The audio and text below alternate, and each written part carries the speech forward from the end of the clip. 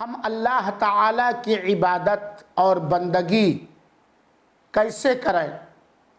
اس کا جواب یہ ہے کہ ہم اللہ تعالیٰ کی عبادت اور بندگی اخلاص کے ساتھ ویسے ہی کریں جیسا کرنے کا حکم ہمیں اللہ تعالیٰ نے دیا ہے اور اللہ تعالیٰ کے پیارے رسول جناب مصطفیٰ صلی اللہ علیہ وسلم نے دیا ہے۔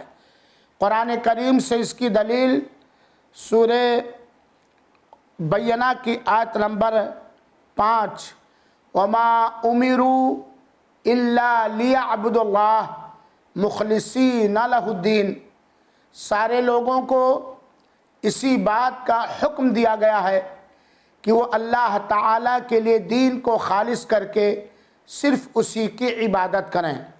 اور حدیث پاک میں ہے، صحیح مسلم کی روایت ہے، من عمل عملا لیس علیہ امرنا فہو رد، جس نے کوئی بھی عمل کیا، کوئی بھی عبادت کی اور اس عبادت کے کرنے پر میرا حکم یا میرا فرمان نہیں ہے تو وہ عمل قابل تردید اور مردود، غیر قابل قبول ہے۔ یہ صحیح مسلم کی روایت ہے۔